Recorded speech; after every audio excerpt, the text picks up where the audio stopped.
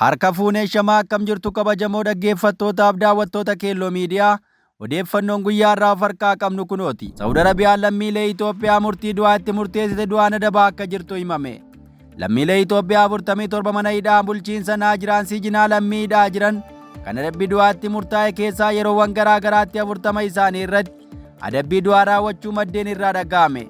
Maddeen yaada isaanii kennan akka jedhanitti kanneen hafan 7 keessaa dheengadda namni 2 baasuun murtii du'aa irratti raawwachuu isaa himaniiru.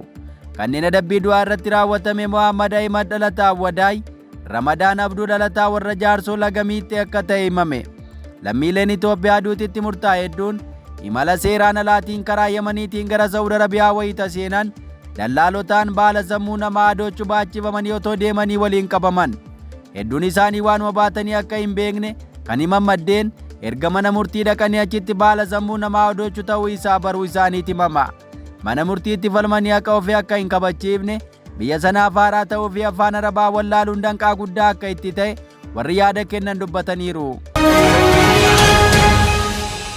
Oduu keenya itti aanu naannoo Amaaraatti qondaalli mootummaa loltoota faannoon ajjeefame.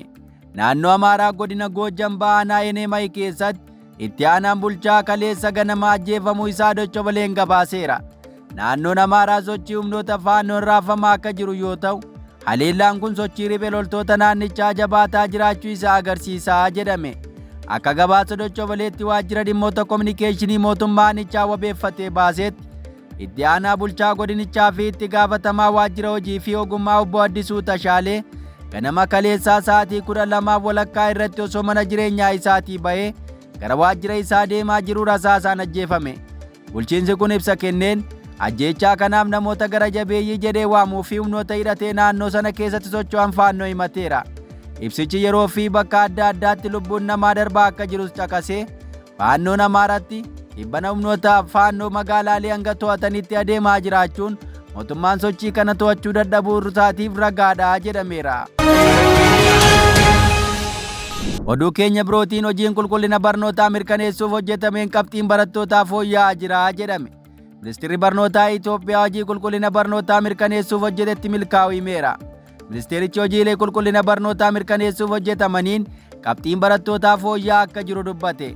Yaa'ii barnoota sadarkaa naannoo 14ffaan mata duree haqummaa fi qulqullina barnootaa ijaarsa dhalootaaf jedhuun naannoo Gaambeellaatti kaleessa gaggeeffamaa ture irratti obbo Biraanuu Naggaa kana dubbatan.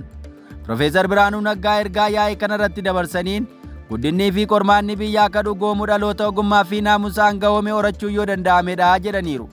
Guddinni fi misoomni waaraan akka mirkanaa'uuf barnoota qulqullina qabu waliin ga'uun lammii ofiitti amanuu horachuun barbaachisaa akka ta'e ibsan. Kanaaf waggoota darban hojiin seektara barnootaa irratti hojjetame bu'aa qabeessa akka ta'e dubbatan. Profeesar Biraanuun akkanaa jedhan malee hojiin ministeerichaa laafina hamaa akka fidee fi kufaatii guddaa geessaa akka jirutti qeeqama. Inumaa lammiileen Itoophiyaa jireenya harkaa gara afaanii jiraataniif kanneen haala gadi bu'aa keessa jiran barachuu akka hin dandeenyetti hojjetamaa jira jechuun qeeqamu. Oduu keenya birootiin naannoo Amaaraatti mariin nageenya buusuuf hojjetaa akka jiru mootummaan hime. Lola naannoo Amaaraa keessatti humnoota faannoof mootummaa gidduutti xumura taasisuuf hojjetaa akka jiru mootummaan ibseera. Qondaalli mootummaa naannichaa mariin nageenya buusuuf hojjetamaa jira jedhe. Hoogganaan biiroo kominikeeshinii naannichaa Dr. Mangashaa Faantaa'u gaazexaa Pilaasitti akka himanitti walitti bu'iinsa naannichatti uumame furuuf hojiiwwan hedduun hojjetamaa jira jedhan. Badii walitti bu'iinsi naannicha keessatti mul'atu qabeenyaa fi lubbuu namaa irratti geessaa jiru dhaabsisuun pirojektoota misoomaa jalqabame xumuruuf walitti bu'iinsa kana mariidhaan furuuf tattaaffiin taasifamaa ture cimee itti fufeera jedhaniiru.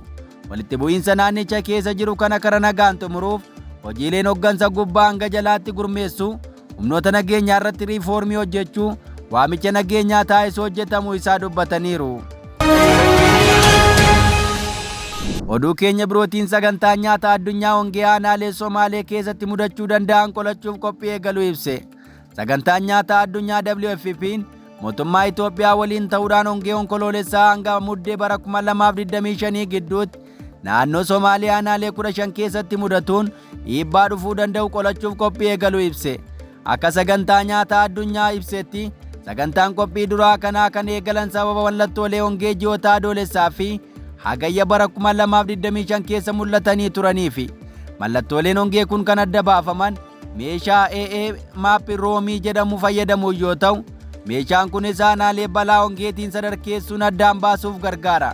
Meeshaa kana fayyadamuun WFP'n akkasumas dhaabbileen biroo isa waliin hojjetan rooba, jiidhina biqilootaa fi argama bishaanii qorachuun naannolee balaaf saaxilamoo ta'an xiinxalu. Qorannoon taasifameen aanaaleen Buuk, Galaadii, Gooroo Baqaqsaa, Guraa Dhaamolee, Hudatii fi Raasoo gargaarsa maallaqaa kaayyoo danee fi kuppooniin nyaataa beelladaa argachuuf dursi kennamuufii himame.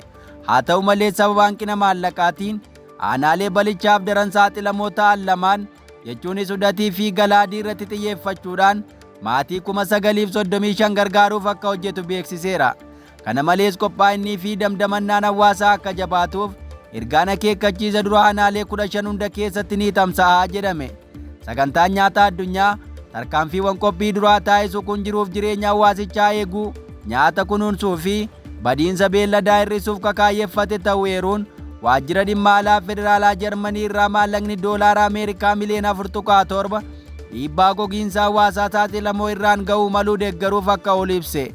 Bara 2020 fi 2021 keessa rooba gahaa dhabuun naannoo Somaalee hongee hamaan mudatee tilmaamaan namoota miliyoona 3.5 ta'an godinaalee 10 guutuu keessatti miidhee ture.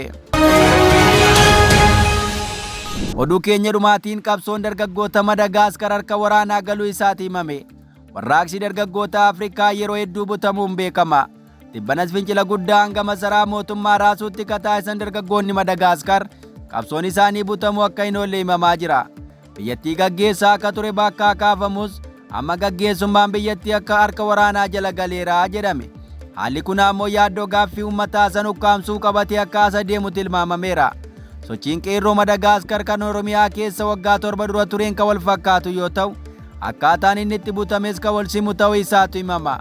Warraaqsa finiinaa sana pirezidaantii biyyattii luugaa ture bakka kaasuu danda'anis Konoleen Maayikil aangootti akka ol ba'u taasiseera. Biyyi tokko waraanaan buluun kasaaraa malee bu'aa kan hin qabne yoo ta'u, haalli bulchiinsa Madagaskar ka duraa olitti qe'aamaaf gaaga'ama hammaataa qabatee akka as deemu tilmaamuun nama hedduu rakkisuu akka danda'us akeekameera. Sochiin dargaggoota Madagaskar adeemsisaas akkaataan inni ittiin butames kan Misir, Sudaan, Liibiyaa, Tuunisiyaa fi Itoophiyaa, Yaman akkasumas warraaqsa dargaggoota Afrikaa dhiyeenyaa wal fakkaataa jedhame. Haalli harka waraanaatti kufuu biyyattii nagaaf dimokiraasii bakkatti ka deebisu akka hin taane amanama. Torbee tokko dura Konoreel Maayikil eenyudha jedhamee osoo gaafatamee namuu kan isa hin beekne har'a gaggeessaa Madagaskar ta'uun isaa ibsamaa jira. Maayikil humna waraanaa Madagaskar keessatti hoogganaa garee waraanaa ga'umsa addaa qabu Elite Unity jedhamu yoo ta'u, sanbata darbee onkoloolessa 11 garee waraanaa isaa qabachuun dargaggoota mootummaa mormuuf ba'anitti dabalame. Qeerroon Madagaskar pirezidaantii biyyattii aangoorraa akka bu'uuf gaafataa turan gaaffii isaanii sirrii ta'uu fi garee waraanaa inni hoogganu qeerroo duukaa jiraachuu ibse. Namoota magaalaa guddoo Madagaskar kataate Antaanaanaariivootti mootummaa mormuun hiriira ba'an gidduutti waraana isaa qabatee argame. Qaamaan magaalaa guddoo biyyattii Antaanaanaariivootti gidduu isaaniitti argamuu mirkaneesse. Mormiin qeerroo itti hammaannaan pirezidaantiin Madagaskar Andiiriyee Roojeneenaan biyyaa baqachuu danda'e. Pirezidaantiin biyyaa baqachuu hordofee Konoleen Maayikil aangoo biyyattii humna waraanaa harka galuu labse. Paarlaamaan Madagaskaris gaaffii qeerroo yeroo dheeraaf gaafachuun hiriira gaggeessaa ture sirriidha jechuun paartii isaa dabalatee pirezidaantichi aangoorraa akka bu'uuf sagalee kenne.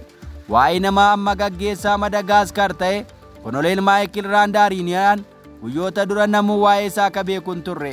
Bara 2016 hanga 2018 bulchaa bulchiinsa Andiiriyoo jedhamtuu ta'us ija uummataa duratti baay'ee nama beekamu akka hin taane himama. Boodarra garee waraanaa Elite Force jedhamu hoogganaa ture. Pirezidaantii mormii qeerroo baqatee biyyaa ba'ee qeequunis nama beekamudha. Andiiriyee Roojeneenaan pirezidaantii dargaggeessa Afrikaa jedhamuunis beekama ture. Pirezidaantiin amma baqate kun bara 2009 fonqolcha mootummaa Konoleel Maayikil ka geggeessaa turaniin aangoo qabachuu isaati himama. Bara 2013 aangoorraa bu'ee waggaa 5 booda filannoo mo'achuun aangootti deebi'e. Bara 2023tti Konoleel Maayikil yaalii fonqolchaa gaggeesse jedhamuun mana hidhaa eegumsa cimaa qabutti hidhame. Haa ta'u garuu mormii loltoonni, barattoonnii fi namoonni siyaasaa kaan gaggeessaniin waggaa tokko booda mana hidhaatii gadi lakkifame. Kibxata darbe gaggeessummaa Madagaskar osoo hin fudhatin dura turtii miidiyaalee waliin taasiseen uummata biyyattii tajaajiluun alatti maqaas ta'e ulfina addaa akka hin barbaanne dubbateera. Maayikil akkanaa jedhu malee gaggeessummaan biyya tokko waraana harkatti kufuun balaa guddaa fiduu akka danda'u xiinxaltoonni itti walii galu. Egaa dhaggeeffattoota Keelloo Miidiyaa odeeffannoon har'a of harkaa qabnu kanan gammaa dhaggeeffattan ture. Qophii hafe waliin turtii gaarii.